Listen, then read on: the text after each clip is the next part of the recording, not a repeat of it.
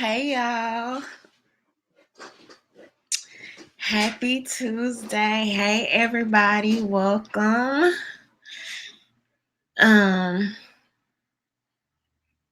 We're going to give everybody a few minutes to come into the room. My thing is looking a little different. Can y'all see me? Let me know if y'all can see and hear me now. Okay. Yeah, it's saying I'm live. Okay. There we go. Something's not working right. This is weird. All right. Hey, y'all. Hey, Wanda. Hey, Helena. Hey, Scott. Hey, hot retarded chick. Me saying your name is like totally against some type of like new social justice rule. So I don't know how I feel about that. So hopefully I won't be canceled for that, you know. But all right, so y'all can see and hear me. Cool. So hopefully everybody is having a good Tuesday and your week is off to a really great start. We're gonna give people, a few minutes to come in, y'all, and let the notification come out. So hot retarded chick is also Mike. Like, I'm not judging. It's totally 2019. I mean, in all, but you kind of giving me some opposite ends of the spectrum here, okay? Tanner said I missed the hey y'all. Hey y'all. I'll say it again. But yeah, so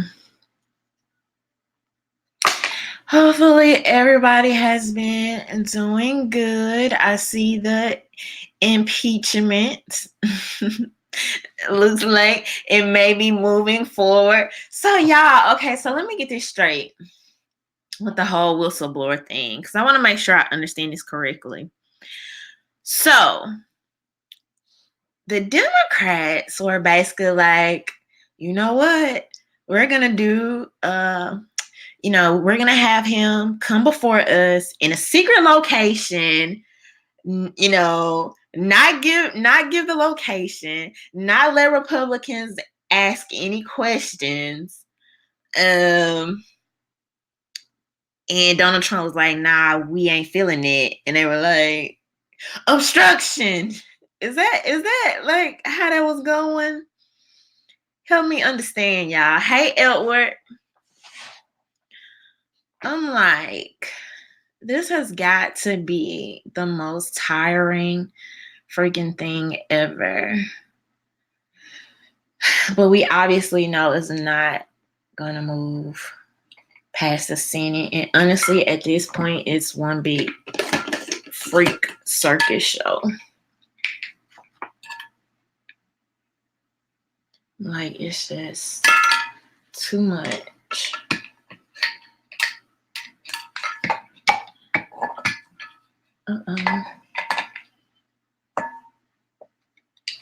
I'm just really tired of the back and forth. I think it's very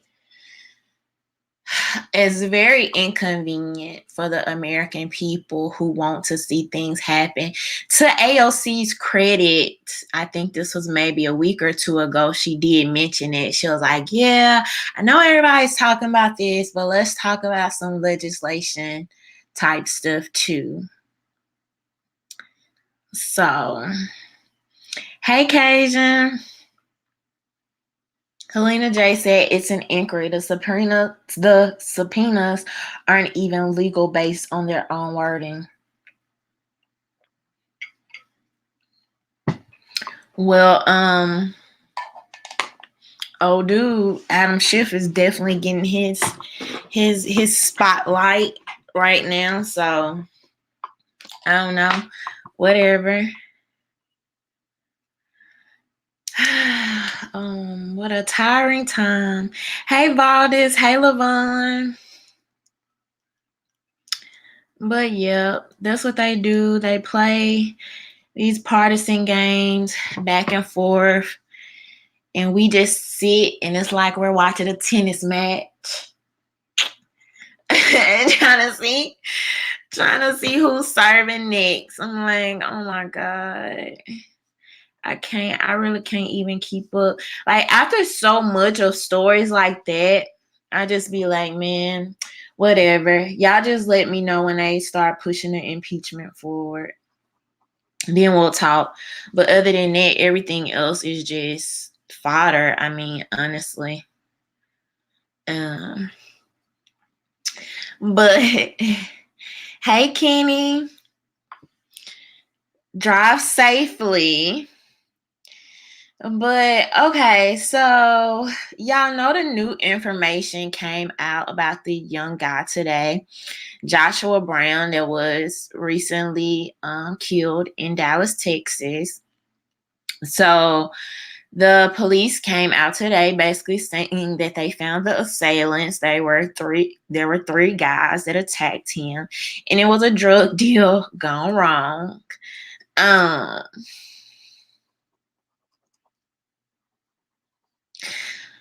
what y'all think? What y'all think? Please just let me know y'all thoughts in the comment section. There are a lot of conspiracy theories going around, floating around. There is a lot of different information. There are people saying that some of the information revolving the case has been like scrubbed from the internet and things like this. I don't necessarily fault people for kind of, to some extent buying into conspiracy theories, because a lot of these government agencies are just not trustworthy. I mean, they're not. We've seen it time and time again. Like I said, a title does not remove corruption, and so you cannot be against, one kind of corruption and not against others. So I'm a across the board type person, so I'm against all the freaking corruption. Uh, but but Sandra says sprinkle some crack on them and let's go. Is that a Dave Chappelle thing? Okay, so Topaz Presents says she doesn't believe it. Tiger said nobody is that gullible. Hey, Boom Boom. Nobody said try to research anything from the past 3 years. It's all hidden in lies. So I see some content creators talking about originally somebody had recorded the interaction. I don't know how true this is, but they said somebody recorded the interaction when Amber Geiger walked into Botham's home, and basically because they heard fussing and you don't know what's about to go down, so maybe you just start recording, and they're saying they remember hearing it, but now they cannot find the videos, or not find the recordings. And I've told y'all about this. Now with this particular case, I never heard the recordings, so I cannot verify or vouch for that. But what I do know, and I've told y'all, is that they absolutely scrub information. They absolutely scrub information from online. I told y'all that Google, YouTube, all these other entities, they literally have the ability to change how we remember and perceive things. They will have you thinking you're crazy. I'm telling y'all, it used to be information available about like Black Lives Matter and stuff like that I can no longer even find. There was a story, I think I mentioned this on my channel once before, but I don't even remember. But there was a story about how some department in California was literally scrubbing Kamala Harris records in real time. Like, how do we sit and let this happen? Like, are you kidding me? They literally were actively, when people were like, nah, y'all need to check her records, you need to see what this lady is about and things like this. People were literally scrubbing the internet of her record.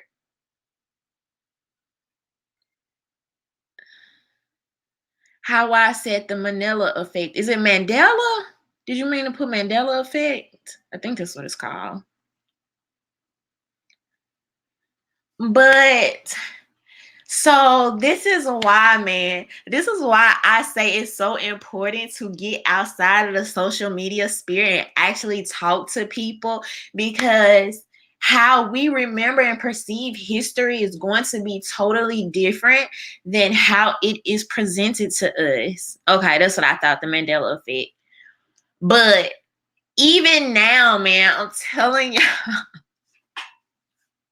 it's so crazy, like just watching this right up front or whatever. But I've seen and heard a lot of people talk about how like the Dallas police department is very corrupt. Now, I don't necessarily jump. I do think it could have been okay. So let me give y'all like a little bit of back history and a little bit of timeline. Briefly, like if I can make it make sense so y'all can kind of like know. But okay, so Joshua Brown, Botham Jean's neighbor, right? So if you didn't know, a year ago he was in an incident where somebody shot him also. Okay, during that incident he was basically outside of the strip club. Some type of scuffle happened or something. I cannot remember what the incident was over. If y'all remember, let me know.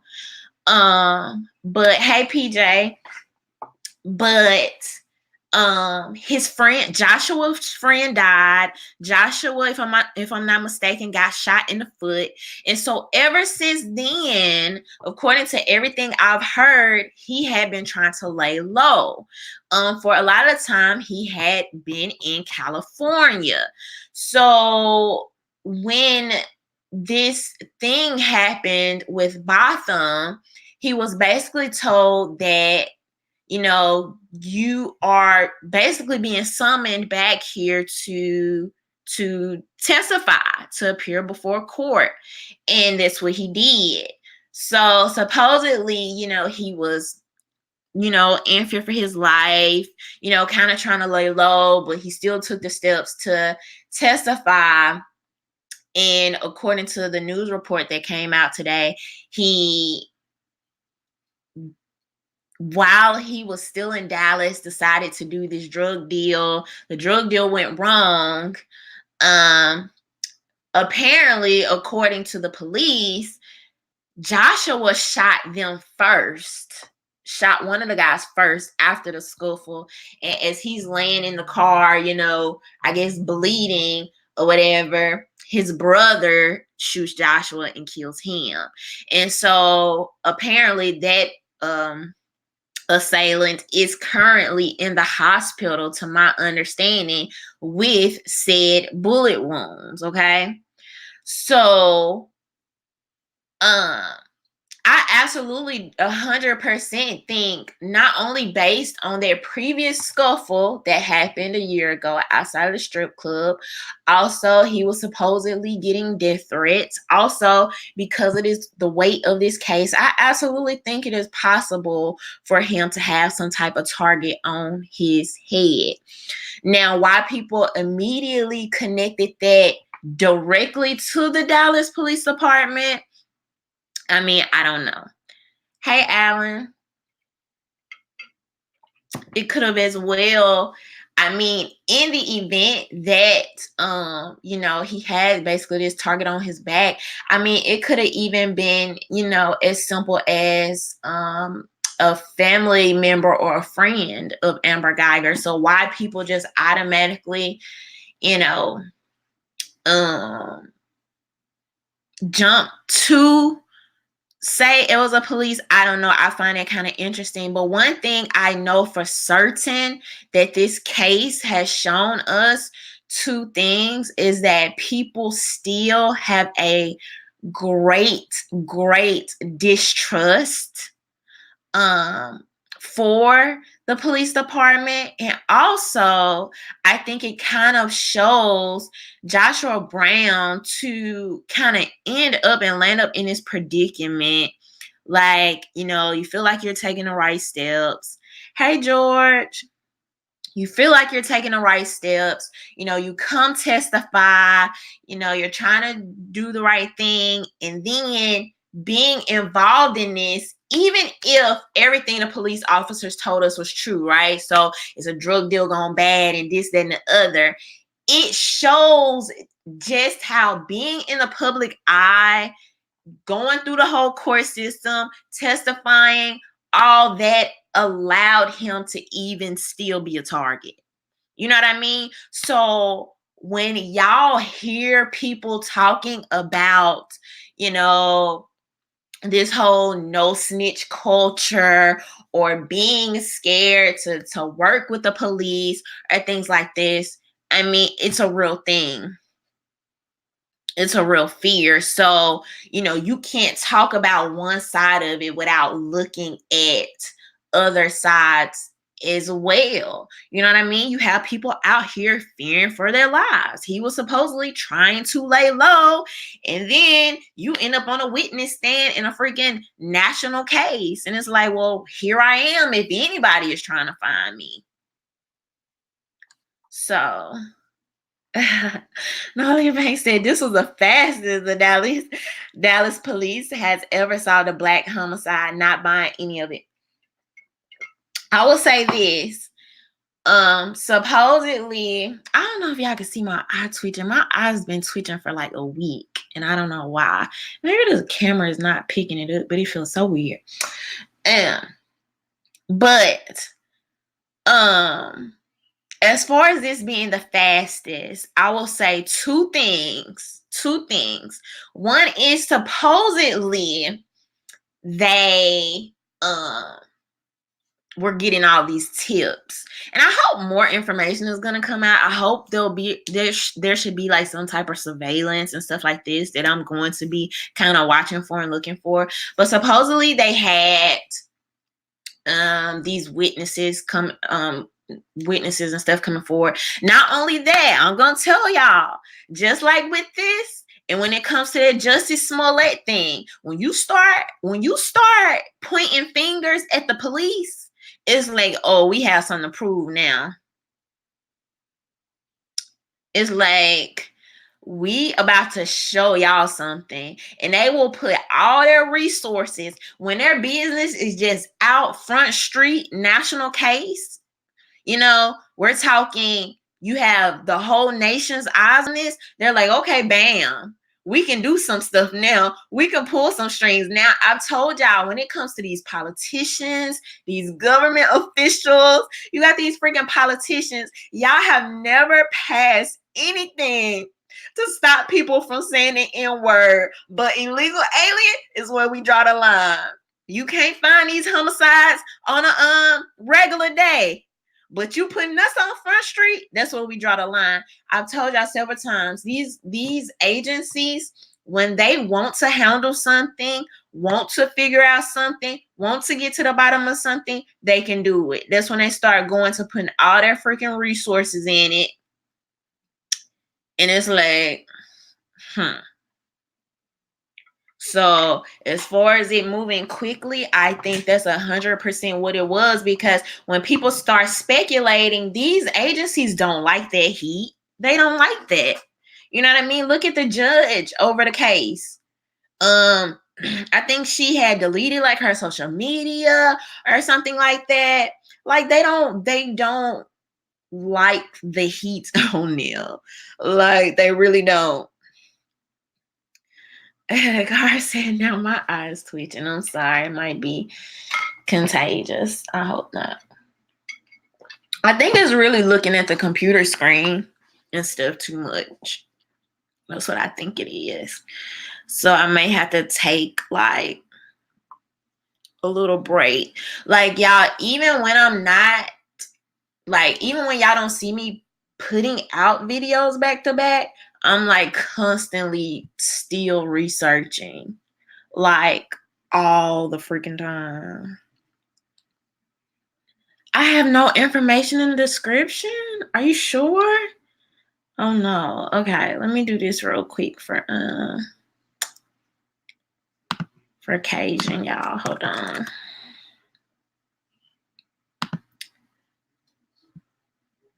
But I'm gonna tell y'all time and time again, y'all think these people can't pass laws.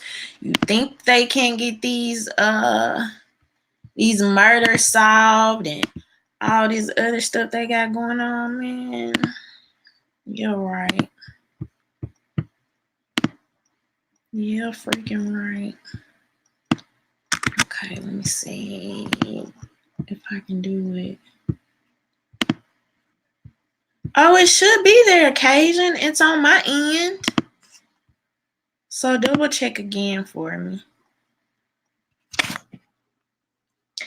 And I will be so glad. I will be so glad when we move past the point of trying to make people that smoke weed out to be some type of nefarious, heinous, villainous, criminals. Like, I will be so glad when we move past that point. You have several freaking states making a living, okay, getting all of this tax revenue off regular, everyday people that are still functioning as everyday people, and it's nothing. But then when it comes to stuff like this, all of a sudden, like, no, like, keep that same energy. You know what I mean? Now, don't get me wrong. When you get into illegally selling and dealing, and you know, you got all these guns and weapons and stuff like that, and you're traveling across state lines, that's something totally different. I will never excuse that type of behavior, but I am literally talking about the strength of trying to assassinate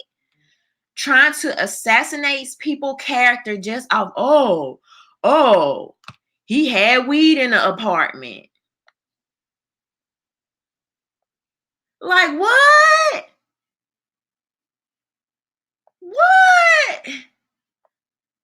Like, so would y'all have that same type of energy? You know what I mean? If this had happened in California.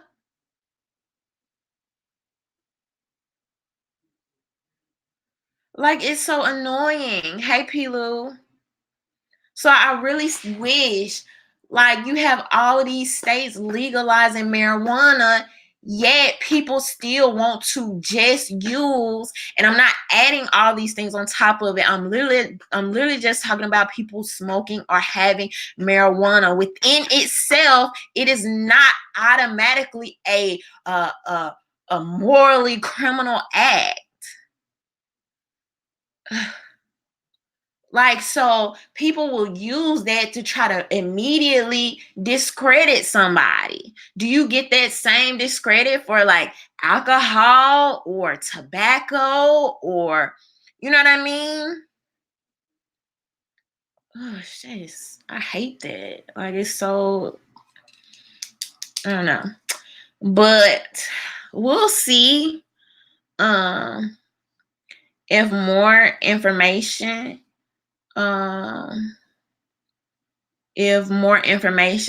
comes forward about this.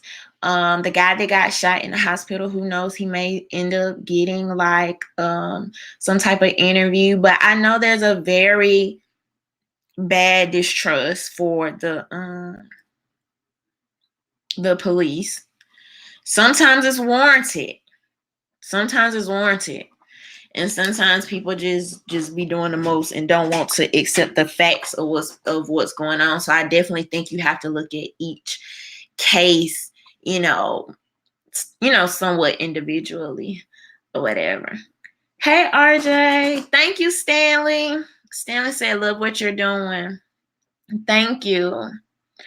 But Carr said the drug war causes way more pain than it prevents. Absolutely. And something I need to look into that I'm like super curious about is that I wonder how in the states where marijuana has been legalized, how it has affected the number of people in their prison systems.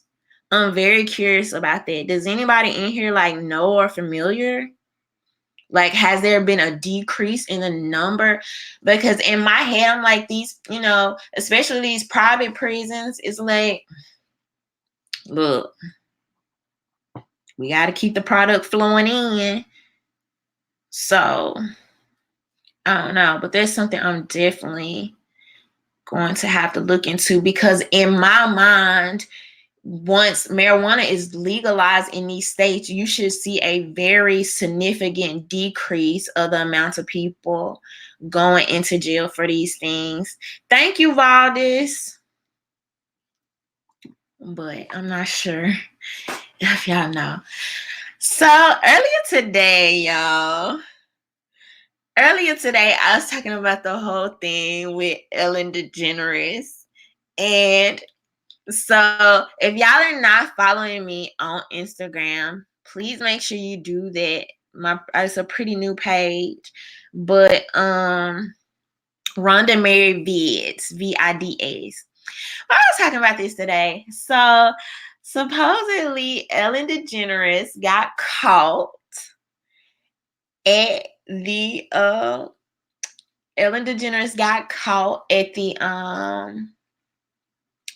Cowboy game, I believe it was. She got caught with George Bush, and of course, woke Twitter, social justice Twitter, council culture, outrage mob Twitter went absolutely insane. Okay.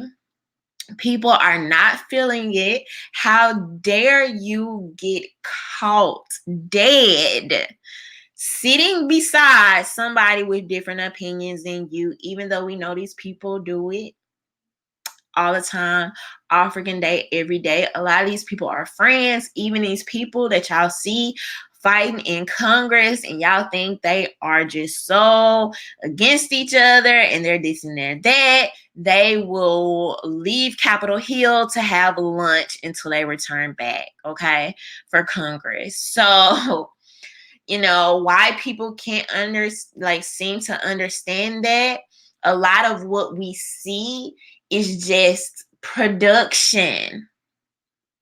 It's freaking production. Like, even some people were mad because like the whole thing with Candace Owens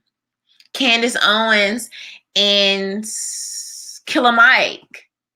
Like, these people are friends behind the scenes. Like, they agree on a lot of things. And honestly, believe it or not, I think quite a bit of us agree on a lot of things on some very foundational, structural levels. Now, how we may think those things need to be applied or go into effect or look like in, real terms may be different. But it's very sad when we live in a world where outrage culture has gone so far where you literally can't be seen at an event with someone that you disagree with. But anyway, so let me show y'all this, because I want y'all to see her. I want y'all to see her response. Let's see.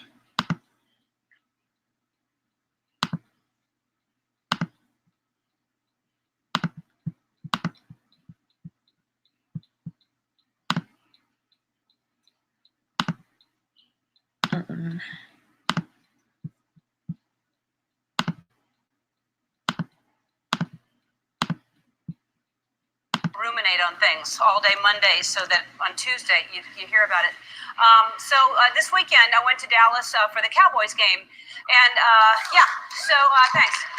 And it may not seem like a big deal for a celebrity to attend a football game, but I never leave my house, so it is a big deal. I go through the drive-thru at Wendy's, so I only have to see one person. I'm that kind of person. So there were 100,000 people in this stadium. Beautiful stadium, by the way, that Dallas has.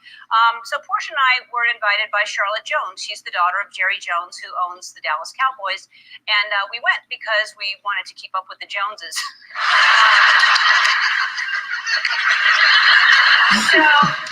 So anyway, so we get to sit in this very fancy suite because, he owns the whole place. So his suite is fancy, and he's got fancy friends. And I don't mean fancy like Real Housewife fancy. I mean like fancy. Look, I took a video of who was next to me.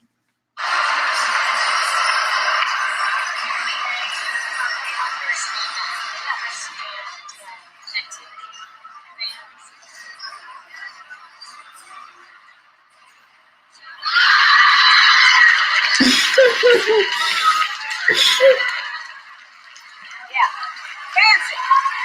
So that was Portia, and that was Charlotte Jones. Portia was talking to, and George W. Bush, and then in front of us was the tallest man in the world. And so I've got to say, when we were invited, I was aware that I was going to be surrounded with people from very different views and beliefs. And I'm not talking about politics. I was rooting for the Packers, and get this, everybody in the Cowboys suite was rooting for the Cowboys. And so I had to hide my cheese hat in Portia's purse. And Aaron Rodgers is a friend of mine. He's the Anyway, y'all. Every time another whistleblower came forward. And somewhere in here, I don't even know, but y'all get the point. But she goes on to just basically be like,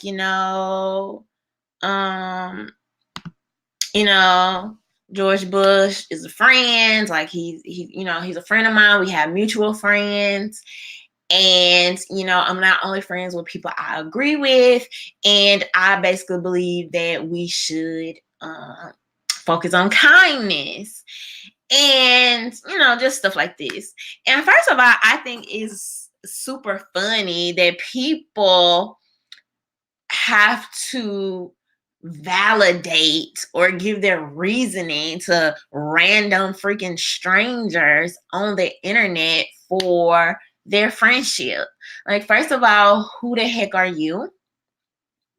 But it's funny to me that a lot of people watching, and I talk about this, I hint at this often, kind of creating this separation because some people get so warped in. It's like taking virtue signaling to a whole different level. Some of y'all become so freaking attached to these politicians, these celebrities. There's a lot of celebrity worship that goes on. People act like these people are their family members, like these celebrities are beholden to them. They constantly want these celebrities to speak on their behalf. And I've told y'all time and time again, regardless of freaking sexual orientation, regardless of your race, your ethnicity, your whatever. You have way more in common with the freaking person down the street from you than you have in common with these people on the TV. Regardless of how much you think they look like you, regardless if y'all both LGBT and all this other stuff. And what people don't understand about that, I don't know. These people have way more in common with each other than they have with you. I hate to be the bearer of bad news. I know that to some of you, these people are your friends and family members in your head. You love when they speak up for you and represent you and this, that, and the other. I don't know when it's going to click. So I try to encourage people, stop getting so freaking wrapped up in the theatrics. A lot of this is theater. It's theater. These people are friends. And personally, I mean, really, on one level, I don't see anything wrong with it because you can be friends with people you don't agree with. I do it every day. I throw shots at my friends because I have friends that are nurses and work in the medical field, and they know that I have a problem fundamentally with the medical system. So me and one of my friends in particular, we always get into arguments, not like actual arguments, but we get into disagreements about vaccines and medical procedures. One of my other friends, she's a registered nurse, and literally I was talking about this on Instagram a couple days ago, but I didn't even know that now in the UK, and some of the doctors are doing this in California, but it is a thing. So one night I was hanging with my friend, and we both knew this guy. I think this had a conversation started, but we both knew this guy that um died or something. Anyway, but the conversation basically came. I just asked her, I was like, you have all these kids being doped up on all this stuff, then it leads to becoming gateway drugs for, leading them into like opioids and heroin and all these other hard drugs. And I'm like, why don't doctors prescribe like therapeutic and like mental health like avenues for people? You know what I mean? Like, go outside, decrease your social media time, drink water, think positive thoughts, eat foods that clear your brain, things like this. She laughed in my face. She laughed. Everything I was saying to her sounded ridiculous. It sounded crazy. And at the time I was saying it, I didn't even know this was like a real thing. I didn't know doctors were actually doing this in places. I was just saying it off because like it makes sense to me. It makes sense to me. We have all the research to show that people are actually affected mentally and emotionally by how much time they spend online. They're affected. Your thoughts can literally affect your physical body. Negative thoughts, chronic depression, and all these other things can lead to chronic illness. We know that going outside, vitamin D, literally changes your chemistry and how you feel. And so to me, it just makes sense. You're absolutely right, Cajun, but you can't make money like that. You can't make money like that. So now in the UK and some of the doctors in California are actually practicing this. They're writing it down like, hey, go spend a couple of hours. Go spend a couple of hours in nature. Can y'all believe we are the most progressive generation though? And your doctor has to write you a prescription to say, go spend a couple of hours in nature this week. Look at the birds, touch a tree, you know what I mean? Feel the grass, sweat a little, and we're progressive. I don't know. It's just so weird. But anyway, so me and my friends, we got into one pretty heated discussion one time about these vaccines in particular, and they be so into what they be saying. And I don't, hey, I don't fault you for that. Like, it is what it is. You have your opinion, you have your belief, I have mine. So Helena J say many of the doctors who have studied homeopathic healing have been murdered. I'll tweet you a link. Please do that. And I 100% believe that and know it's true because we live in a very money geared system. And a lot of times I don't think what we see happening is a reflection of people always being just evil people, like with the fast food system, with even like the government. I don't necessarily think a lot of these people are inherently, even the medical system, I don't think these people are necessarily inherently evil, but there is always this incentive to get more money. So, for example, with the fast food companies, you initially start taking shortcuts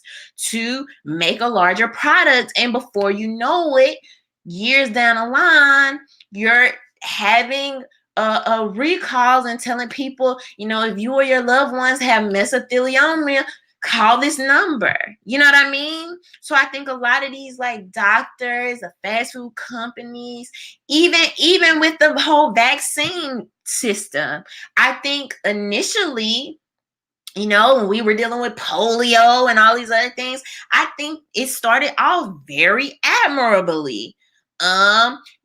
People wanted to make sure people were safe, but then it's like, well, shoot, let's put some antifreeze in there because we can save a couple bucks or something. You know what I mean? So I don't know, like that love for money will make people start to move in different ways, so that not necessarily inherently evil turns up to being presenting evil. And that's why I've always said, even with these politicians, like, if you want to know somebody's platform and what they're standing for, see who the heck funds them, because that's really the agenda of the person you're supporting, the person that funds them. These politicians can get in front of you and say whatever, but it's gonna come to who's putting their money in their pocket or whatever. So Nolia said those vaccines are poison to Black children, modern day Tuskegee experiments. But like when I say that or even allude to that, people get so offended. But why? Why you get so offended, man? We see so many cases now of like autism, like even what's this like skin thing now that all the freaking kids have, and I'm like, I don't remember kids just having this when I was growing up, like the eczema and all this other stuff, like just all these mental health issues and stuff like that. You cannot, this is my thing across the board with people. You cannot act like you are against corrupt systems and not be against corrupt systems. Okay? You got people that are so freaking anti-police, right? And then you will have a whole argument with me, a dissertation about how the medical staff are killing pregnant Black women. They're just killing pregnant Black women, right? But yet when it comes to like abortion, when it comes to vaccines, y'all as quiet as a church mouse. Then all of a sudden you can't see corruption. You blind now. Like, no, hold all these entities accountable.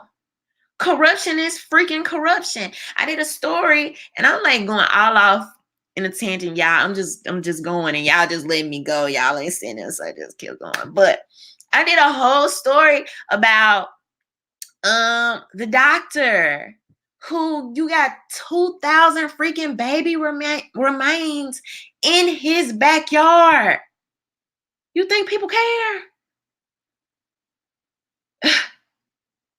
Really? I mean, honestly, that should be a huge story. How he was able to get away with that. If other people could be doing similar things, all the corruption in the abortion industry. I challenge myself to be consistent as possible. You know what I mean? I obviously know we need a freaking law enforcement system. but I can at the same time admit to corruption that goes on there. And for people to just choose when they want to be blind and when they don't, like, oh, I'm like, I just can't believe y'all. Like, even with what's going on with the whole Joe Biden and the Ukraine thing, I'm like, this whole thing started with Joe Biden's corruption. Whole thing. You got Kamala Harris, leave Joe Biden alone. What?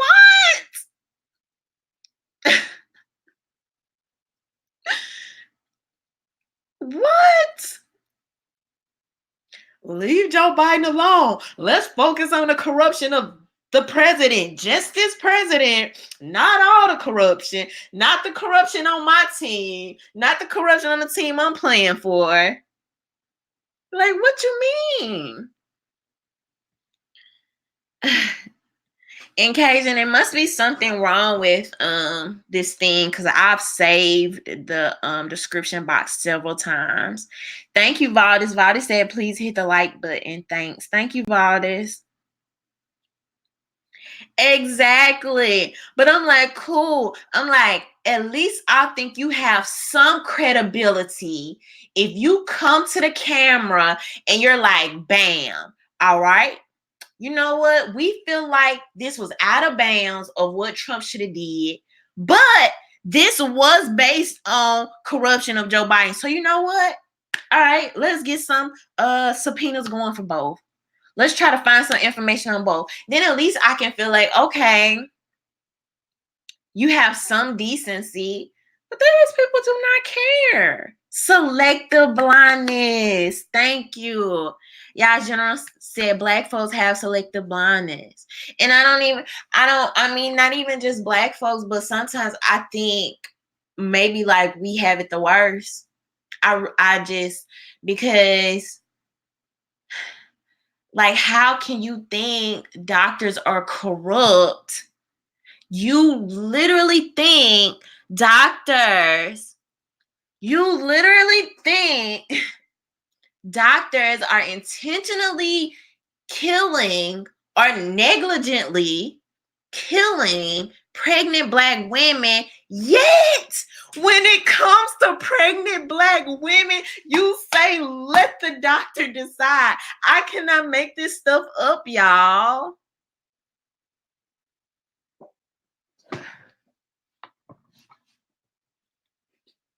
Like, regardless of what you believe, I just ask people to be consistent. I'm probably conspicuous. I'm probably suspicious of everything and everybody, just equally. Like,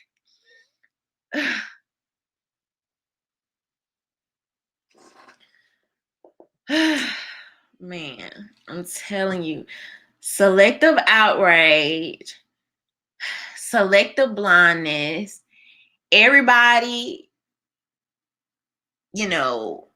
turns a blind eye to the corruption on their team. Thank you, Margot. And the mainstream media just helps. And the mainstream media just, and this goes back to the whole Ellen DeGeneres and George Bush thing, right? Sometimes I feel like these people, I told y'all, I feel like they're just sitting in an office thinking like, okay, what can we do next to get the people going? It's like pulling strings, and then somewhere they're off laughing at us and they're having lunch and chilling after they finish putting on the show for you. And y'all real life be at home mad, stressed out, Twitter fingers turn to trigger fingers. Like, and we are the ones that really internalize this stuff. We take on the burdens of these things. We virtue signal about things that don't necessarily, impact our everyday lives. And like we take on a burden for these things. Like it's just crazy to me, man. It's crazy to me. So I try to constantly remind people like you cannot get caught up and live your life based off what's happening on TV. A lot of it is just a production, and a lot of it they exploit things. Like they're exploiting this whole Ukraine thing right now, and it's a whole storyline. I don't know what's going to happen with it, and I don't know how long it's going to carry out, but I certainly, my hypothesis is it's certainly not going to get anywhere in the Senate. I do think that. But this could really, really, really backfire on the Democrats. It could really backfire. And I'm completely amazed and dumbfounded that these people did not come up with a better strategy. Excuse me. They did not come up with a better strategy since 2016. To me, I just can't believe that. I can't fathom that I'm watching this in real time. They have not come up with a better strategy. Have y'all seen people saying that Hillary Clinton may run? I'm like, this lady been doing a whole press tour. Why is she doing a press tour?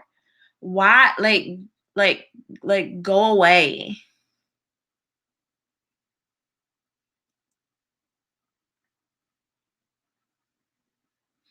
Two Bit said what Ellen said about it was pure gaslighting. Don't be mean to people because of their opinions. It's not Bush's opinions which are the problem. What Ellen is telling us is the price of marriage equality is amorality. How? How is Ellen telling you that?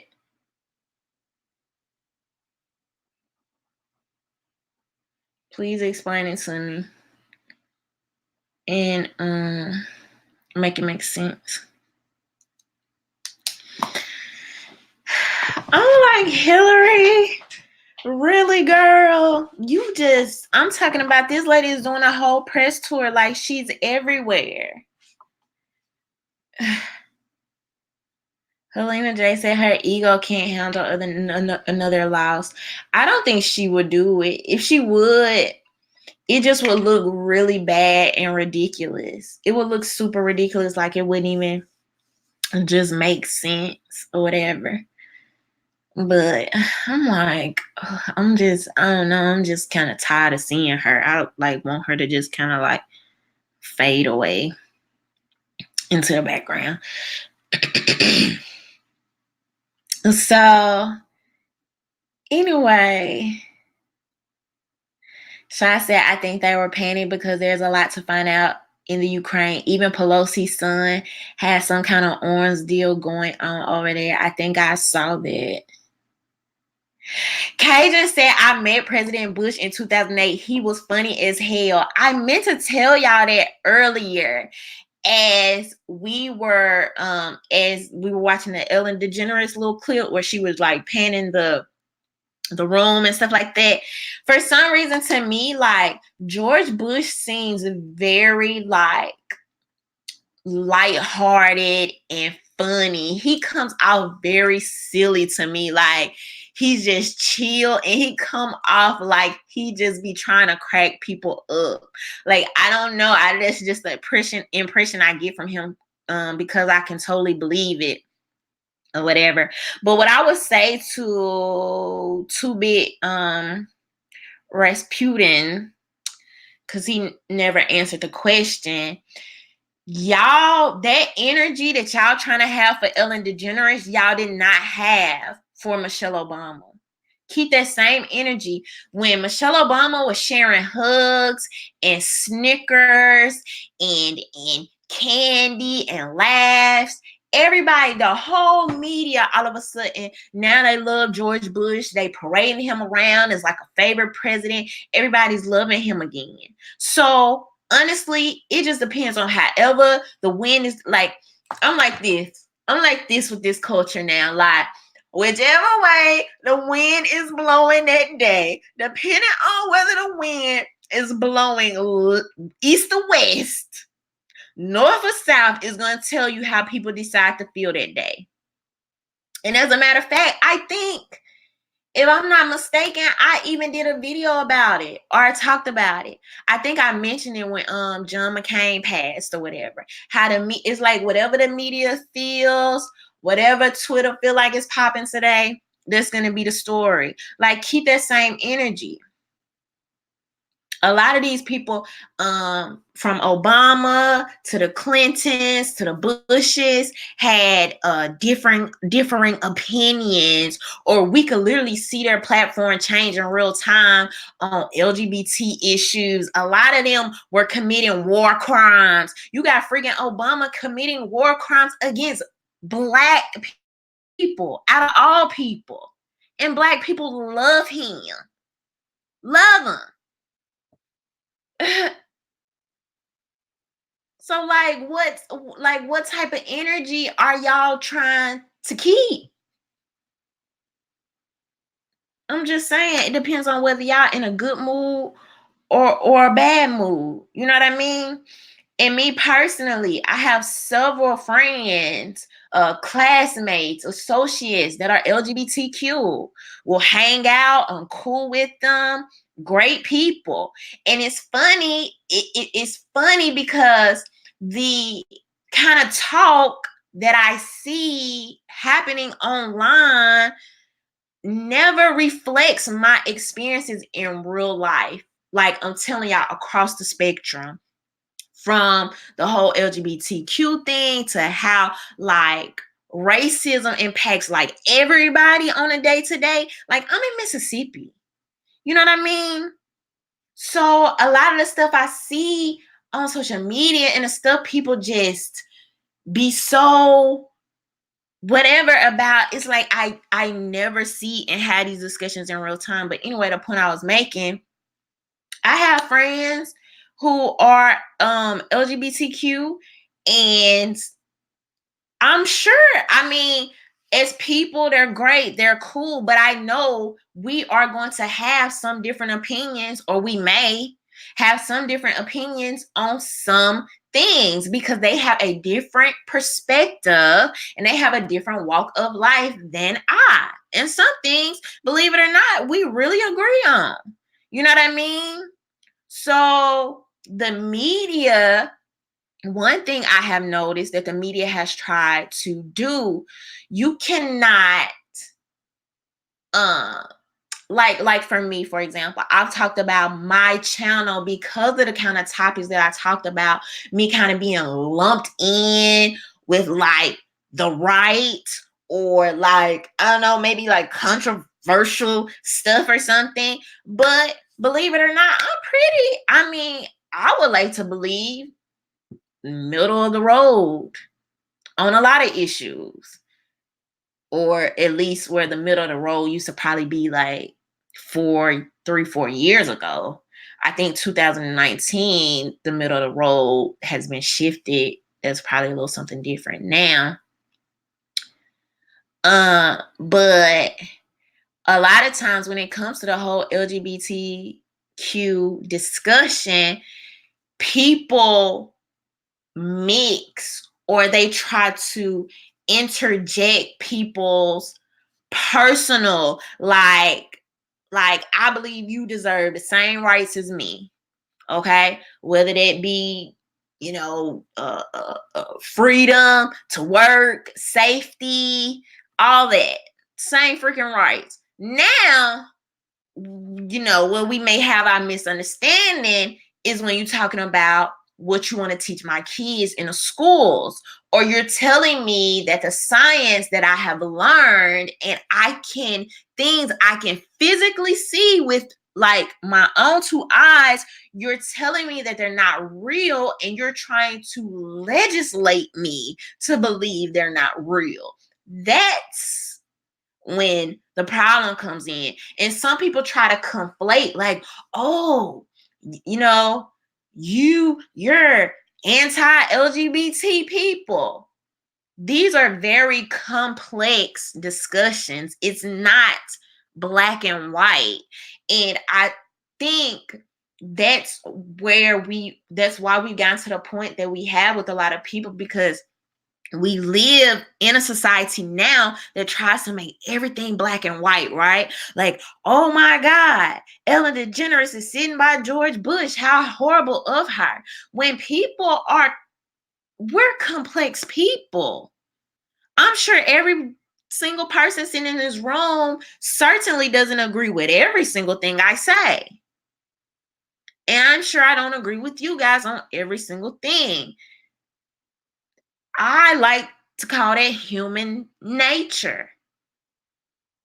But it gets really bad and really ugly when we just start lumping people in boxes. I get so tired. Like, I know it's a thing, but I get so tired of, oh, people on the left, oh, people on the right, oh, people on the left, oh, people on the right. I'm like, I don't want to be in anybody's box. I mean, it's just me. Thank you, Margot.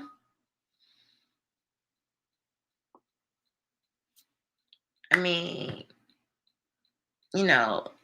people are complex. I don't think, and I think that's why I've had problems fully accepting this technically two-party system, because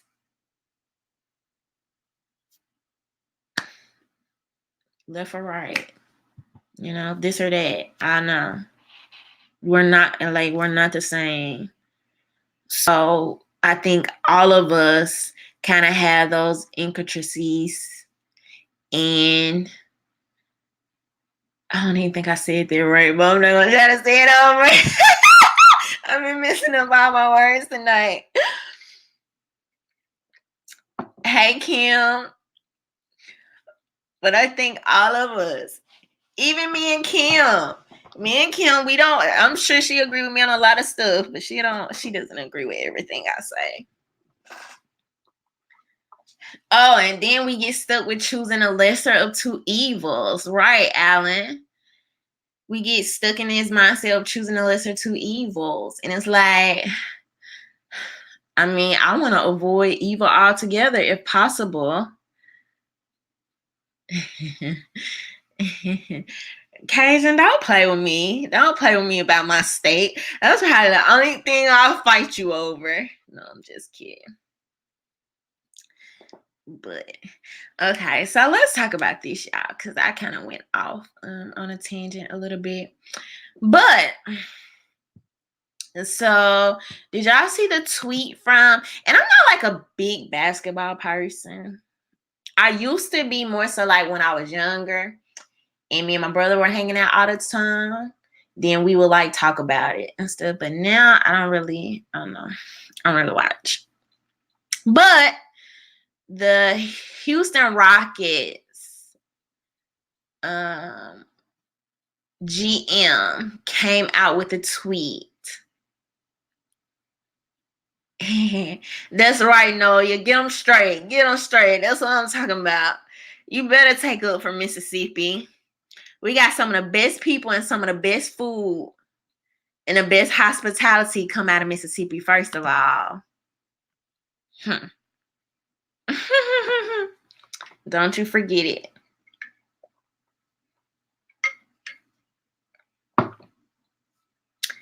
Yeah, General said the American dream is real. Americans have no clue about truth.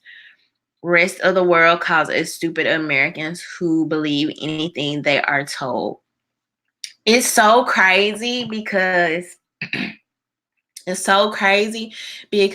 even our level of like poor is a different type of poor than in some of these like third world countries.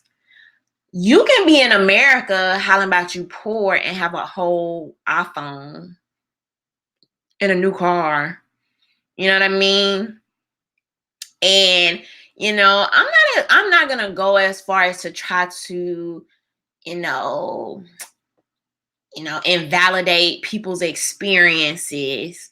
or whatever. But I think it's something certainly to be said when, and this is why I always say to talk to people in real life and get out of the social sphere. But I just think it's interesting when I meet people who have, migrated here, and they talk about all the amazing opportunities and things like that, and they even want to bring their whole families here, even to the point where I was dating this guy that worked overseas, and he travels so many places, and he would just always tell me, like, I can't wait to come home.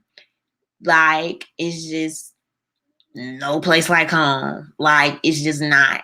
And he would tell me some of the things he's seen. Even for example, he didn't necessarily make this particular connection. I did. But I look at like the women over here that, talk about things about how they're just treated so unfairly and unjust. And he's like, some of the things he's seen traveling different places and how the women are treated, like, it's no joke. It's no joke. Like that, he's like, that stuff y'all get away with over there, you know what I mean? Saying this or saying that or doing this that doesn't fly all over. You know what I mean? That doesn't fly all over. And then I look here and I look at, people able to have like these pride parades, and even at the climate change parades or whatever, you have people like dancing in the street and twerking and, free to be themselves. And then you go to these other countries and you have people getting thrown out buildings. You literally have, as anti-LGBT as they try to make Trump, this man literally started an initiative to make sure that in other countries, LGBT people, I mean, what the heck is more precious than life itself? And so you have this anti-LGBT president literally going around requesting that these governments work to stop treating LGBT people so badly. Like, at least give these people like the right to life. Like, safety.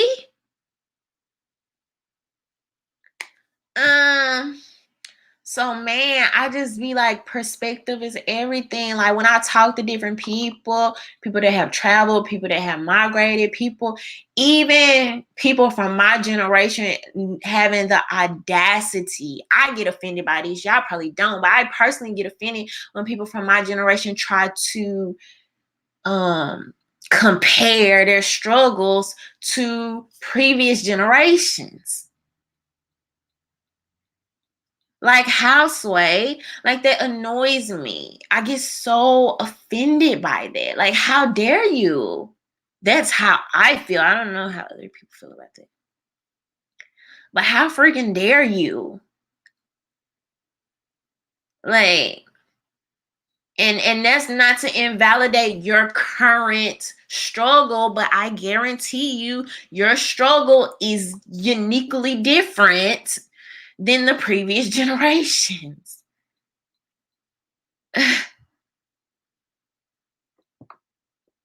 But man. And so to me, like, I just think overall, I'm pretty much just like a lot of times just a grateful person. Like, I have a lot of gratitude in general. And I feel like this society has,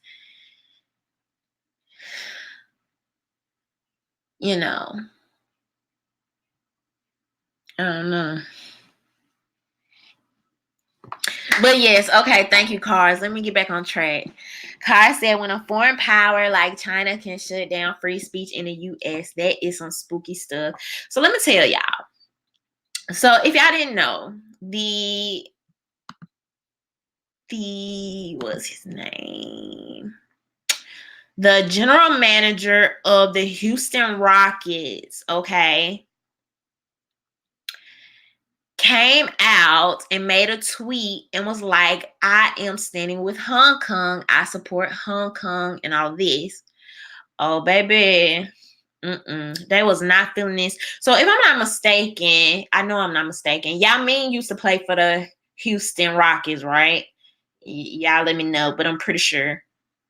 Not only that, you might have seen I think Houston Rockets was one of the franchises that particularly worked kind of closely with like China or something like that.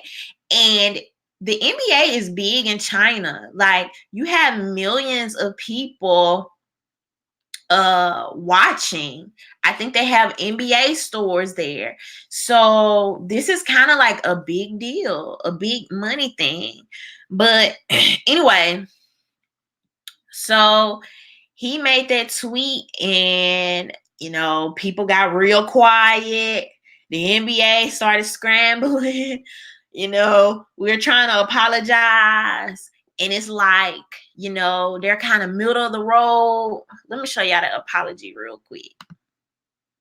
And then we'll talk about it.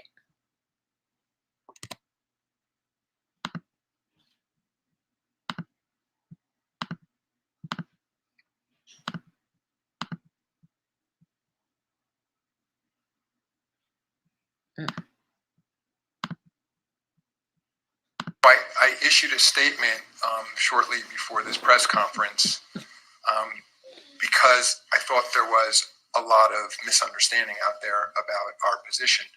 I thought we had been somewhat straightforward, but I can understand, given translations and given interpretations in different parts of the world, why there might have been some confusion. And essentially, what I've said in that statement is the long-held values of the NBA are to support freedom of expression, and certainly freedom of expression by members of the NBA community. And in this case, Daryl Morey, as the general manager of the Houston Rockets, enjoys that right as one of our employees. What I also tried to suggest is I understand that there are consequences from that exercise of in essence, his freedom of speech. And, we will have to live with those consequences. It's my hope that for our Chinese fans and our partners in China, they will see those remarks in the context of now a 3-decade, if not longer, relationship. And that we've done. Man, China don't give a crap about nothing you talking about. First of all, we're talking about a communist country, first of all. So I hope they'll understand. They don't understand nothing. They got their own people under heavy surveillance, strict watch. They have their own people. You can't even watch certain information or get to certain information in China, and you think they care about anything you talking about right now? Well, I think they'll understand. No, when you in that communist country, it's just a straight line. It's not no deviation or, they'll find it in their heart to understand, or they can maybe interpret this as that. Man, come on now. Partnership with the Chinese Basketball Association, the Department of Education, and many different businesses in China, I feel enormous amount to build the sport, to work in communities, to focus on healthy lifestyles.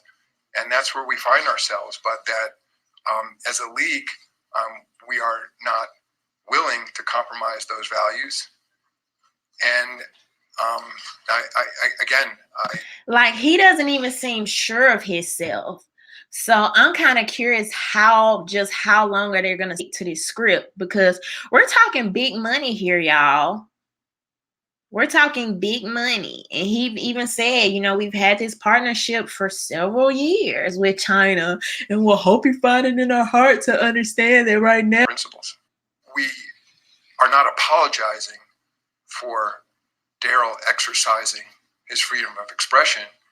I regret, again, having communicated directly with many friends in China, that so many people are upset, including millions and millions of our fans. I mean, at the end of the So, I mean, he's trying.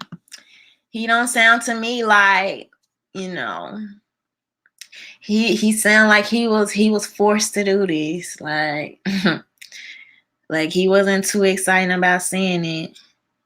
But the Chinese State TV Council broadcast of NBA preseason games and sponsors drop out in dispute over Hong Kong comments, okay? China's influential state television network announced Tuesday it will withhold broadcasts of National Basketball Association games at least this week to punish League Commissioner Adam Silver for comments defending Houston Rockets executive Daryl Morey's right to free speech. The decision by the CCTV, one of the Chinese government's most influential, okay, and closely controlled state media organs. This is what you talk about when you talk about communism. Your government controls every level of everything. Your media, your travel, your social media, all of that. All right. Escalated a dispute that has pitted the massive consumer market and its authorities against one of America's most successful sports league. The roll was set off last Friday by Morey's tweet in support of the Hong Kong protest movement. Morey and the league quickly apologized over the weekend to outraged Chinese fans who called for Morey to be fired. Now, I guarantee you that the Chinese fans they are talking about is actually the Chinese government, because the Chinese government completely and fully speaks on the behalf of the Chinese citizens, okay? China is not beholden to free speech like we are here. So when people, constantly complain or they try to talk their way out of these paper bags, or you try to talk about, hate speech and this, that, and the other, and you try to misconstrue these things, I don't think people really understand how bad things can be, how bad things are in some of these countries. Okay, so I saw people talking about that South Park episode, and I haven't seen it, but I've seen a lot of people talking about this South Park episode that they did about China. But even I'm telling y'all, China literally has had their foot up USA's butt.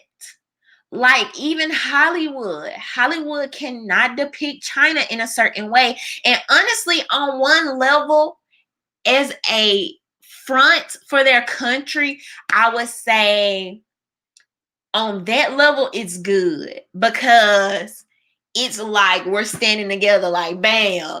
You know what I mean? We might talk about each other, but you can't. It's like that type of thing. Like you would think how people would be with the USA. Like, this is my country. Don't go there. Y'all not about to talk crazy about the USA, but people be all with it. They be all for it. But then you got places like China. Like, it just makes no sense. But anyway, it's crazy because while all this is happening, well, let me talk about this first in case y'all didn't know. So there have been Hong Kong protests going on for about 18 weeks. All right. And so this is why a lot of people are saying, like, why the heck are they even apologizing to China? But basically, the semi-autonomous Chinese city is in the 18th consecutive week of anti-government protests. The unrest has grown increasingly violent on both sides, with protesters using patrol bombs and setting fires, and police firing tear gas and water cannons. During citywide protests on October, police used lethal force for the first time after protesters attacked several officers. That I don't believe. Okay. But Hong Kong has a history of politically driven ways of immigration. The first occurred in 1984 when the Sino-British Joint Declaration was signed after years of secret negotiations, setting the stage for the city's handover from British to Chinese control in 1997. The second started in mid 1989 after the massacre of pro-democracy protesters in Beijing led many to doubt China's commitments to preserving Hong Kong's freedoms.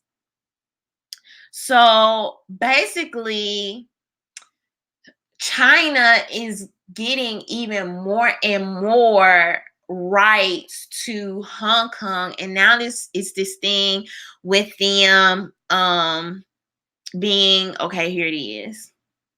So, according to a survey by the University of Hong Kong in June, nearly half of the city's population was willing to consider immigration if the extradition bill, which critics fear could leave any Hong Konger open to prosecution in China, passed.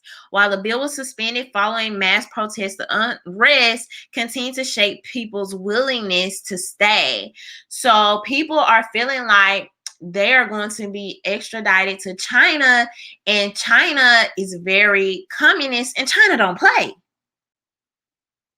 China don't play. China is very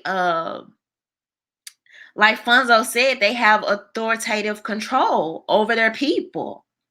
You know what I mean? Very, very heavy surveillance. Like, these people just can't travel and move how they want to. Like, if you are born, they literally, you want to talk about government control, they literally, if you are born in a certain area, they can tell you where you can and cannot move. They can tell you that they are basically creating a caste system. So if you are born into a certain part of society, you are not able to break that glass ceiling at all. So this is what people say when they compare places like China to the American dream, where you can be a freaking Tyler Perry. You can go from being homeless and broke to building this billion-dollar a studio and employing other people. Okay. And for some people to like be so blind to that or not try to, have some level of perspective is just amazing to me. But anyway, let me show y'all a little of this because I want y'all to see like how they're treating the protesters. Among fears, the Chinese government may use the military to crack down on protesters in Hong Kong. Flights have resumed at the city's airport after violence and chaos erupted yesterday. Protesters and police clashed. There were injuries. There were arrests. Beijing has described the pro-democracy protests as, quote, conduct close to terrorism. For more on this, let's bring in CBSN contributor and senior fellow at the Asia Society, Isaac Stone-Fish. Good to see you. Good to see you. Remind our viewers, Isaac, why these protests started. You and I were covering this yesterday when we were watching the video come into CBSN, and I listed a series of demands that the protesters had, and you sort of indicated that, yes, we started with what is probably the most likely scenario, and giving in from Beijing to not going to happen at all. Right. So these started several months ago when people in Hong Kong were upset about a bill that would allow Hong Kong to extradite suspects to mainland China. And there is a lot of pride in Hong Kong about its relatively independent judicial system, a lot of worry about Beijing's not so independent judicial system. And things snowballed from there. And really, since the handover in 1997, Beijing and Hong Kong have been in this uneasy dance about how free Hong Kong could be. And where we are today is just a reflection of these things not being settled. I think when we see this stuff that we're watching right here, we can't help but to think about Tiananmen Square and the massacre there. And it has sort of occurred to me that, and maybe the protests will continue to evolve, but it started out with sort of hundreds of thousands of people. And these people have no gun rights, by the way. No gun rights. I mean, it's a lot of rights that they don't have. that we have. And so that's why people are kind of surprised by the NBA. You know, they're trying to look like they're taking up for the guy, for the general manager over at the Houston Rockets or whatever. But we'll see how long that lasts, because China is basically waving their finger like, okay, bam, you don't want to condemn him, we'll show you. And that's one thing about China, they don't play. They take charge and they represent their own, and they will do what they have to do to prove a point. And so they're going to prove a point to the NBA, and we'll see what happens. But they've definitely suspended them showing for, I think, like they say, like 2 weeks or whatever. But a lot of people find this funny coming from the NBA. You have a lot of people that are so pro human rights, so pro social justice, and you are not standing with this man in what he said about Hong Kong, and Hong Kong standing strong. And this is also one of the failures of being under other countries and other jurisdictions.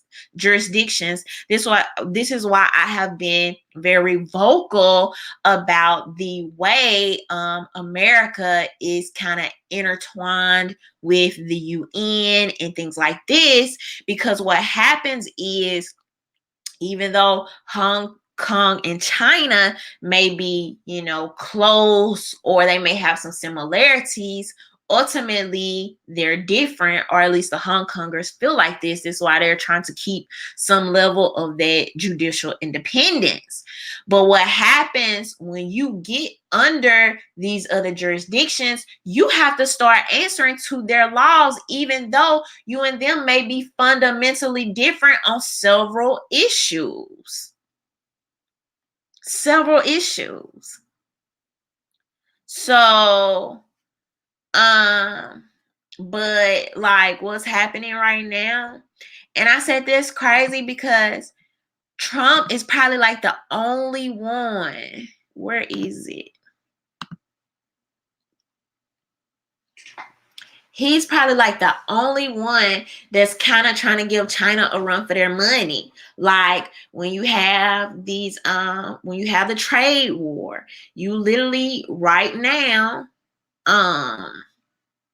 have him coming out, the White House coming out, because of what China, and here we go once again. You have a media saying that, Trump is anti-Muslim, yet you have a ban this week of him banning Chinese officials for persecuting Muslims.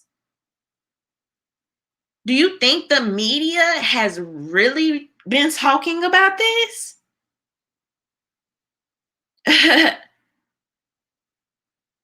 Is the media really going to give him this credit? Have y'all heard about this? U.S. bans Chinese officials for persecuting, I don't know how to say that, I don't want to butcher it, Muslims. Chinese Communist Party officials involved in mass crackdown on Muslims are barred from entering the United States, Secretary of State Mike Pompeo announced today. Family members of such persons may also be subject to these restrictions. The imposition of visa restrictions is a latest example of the State Department's intensifying diplomatic clash with China over human rights. The United States is going out of its way to make sure that people all across the world have the basic human rights to life, safety. Yet, every single time you turn on the TV, you get told this administration is anti-Muslim. This administration is anti-LGBT. Yes, yet they are literally petitioning these other governments to let these people live freely. Now, depending on where you are on the end of the spectrum, you may say, well, based on our legislation, this government doesn't go far enough as I would like them to do for these individualized groups. But to call them just straight up anti is a farce. And this is why the media doesn't talk about things like this. The imposition of visa restrictions is the latest example of the State Department intensifying diplomatic clash with China over human rights. This is the same week that the China thing is happening with the NBA, and the NBA may end up cowering yet for money. Yet this administration is like, nah, screw that. Y'all finna put some respect on these Muslims' name, or you not coming over here. Pompeo, whose team compared China's detention of Muslims in re-education camps to the atrocities perpetuated by Nazi Germany, has made religious freedom a centerpiece of U.S. condemnation of the Chinese government. The United States is asking the People's Republic of China to immediately end its campaign of oppression in Xinjiang. Release all those arbitrarily detained and cease efforts to coerce members of Chinese Muslim minority groups residing abroad to return China to face an uncertain fate. The protection of human rights is of fundamental importance, and all countries must respect the human rights obligations and commitments. So, was that guy wrong for standing up or making a tweet about Hong Kong? Absolutely not. Coming out, speaking out against China? No. But as I told y'all at the beginning of the stream, look who funds you, and you will see who you can't speak about. You will see who you can't talk about.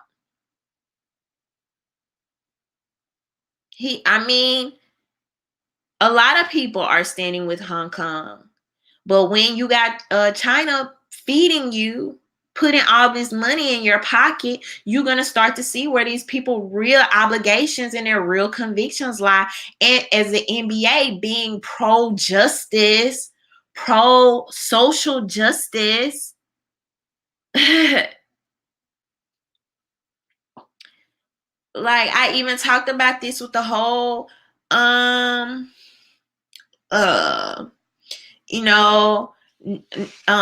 NBA was really, I think they kind of ate that whole NFL thing up because they really used that.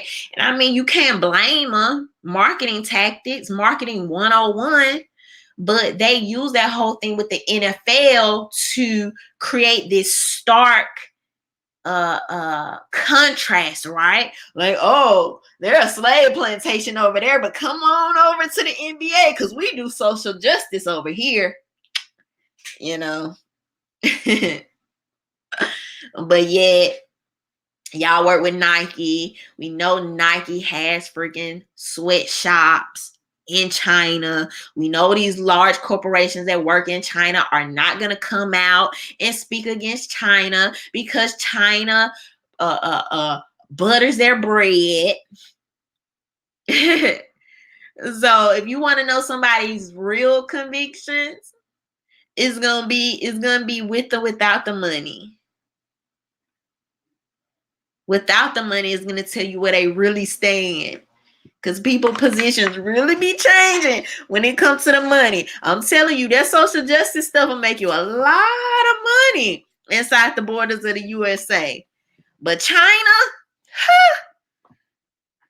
like they told, what was that guy's name again? The commissioner for the NBA. Like they told him, yeah, we hear what you're saying, but that ain't enough. Like, we don't care nothing about y'all freedom of speech. If you want to work with us, we're going to need you to come up with more than that. So, yeah, John said, I feel like Hong Kong issue is another construct pushing a hidden agenda. What type of hidden agenda, though?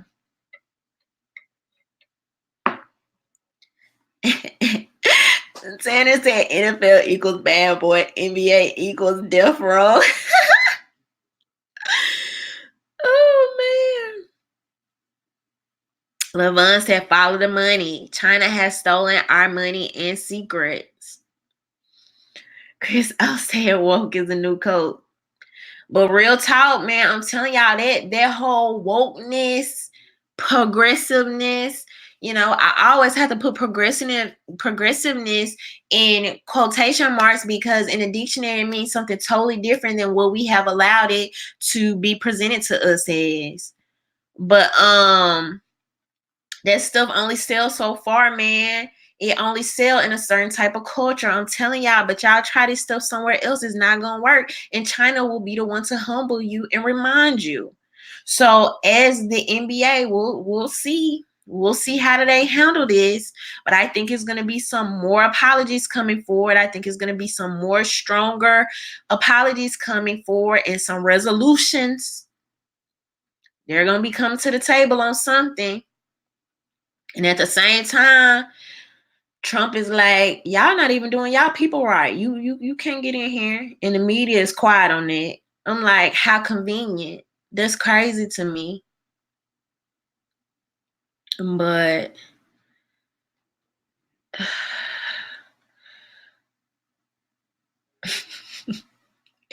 Hillary Clinton sold access to top secret info from her bathroom server. Man, a lot of this just I just can't believe what be happening in front of my eyes. But anyway, so we'll see. I'm very interested to see how the NBA is going to follow this going forward. I'm happy that he did come out and say, we support the freedom of speech, but I do want to see, and honestly, in this culture and climate, I'm surprised he even used that language, honestly. I'm very surprised by that. I thought it would have been, a little softer. But so I'm happy he did that. But we'll see how they handle it going forward after this. I think they said 2 weeks or so that they'll be suspended from showing in China. But I mean, that can get bad and ugly really fast. And y'all know that money, I'm telling you, that money will let you know where it's at every time. Helena J said the NBA is two-faced. But we'll see. We'll see what happens. I'm definitely gonna be watching because I think it's gonna be interesting to see, if China doubles down or if they just go ahead and, accept the apology. But it's kind of funny how, nobody else coming out to support the guy, say anything else about Hong Kong. Y'all be so social justice inside these borders. You know what I mean? But then when it comes to everything else, people be so hush mouth. LaVon said money is a hell of a drug. Absolutely. Carr said follow the money. Absolutely. But all right, y'all. I'm about to hop off of here. I've been talking for a long time, seem like. But anyway, y'all, thank y'all for the super chats. Thank y'all for the super chats. Thank y'all for always supporting me, always rocking with me, sharing my videos. Make sure that y'all follow me on Twitter and Instagram, RhondaMary Vids, because I know sometimes YouTube does not send out my notifications. So I will update y'all and let y'all know when I have new videos and stuff like that. And then y'all, I have not forgot about the call-in show. I'm still researching like the best way that I want to go about doing that or whatever. But my Cash App is RhondaMary. It's the same as my YouTube name. It's RhondaMary. My PayPal is also RhondaMary, and it's on my home screen as well, y'all. Like my little y'all know the page I'm talking about. It does. It has all my links there. I don't know why tonight something is going on where it wouldn't let my description box do it, but Rhonda Mary on Cash App. So thank y'all so much. And all right, y'all have a good night. We'll talk soon. Bye.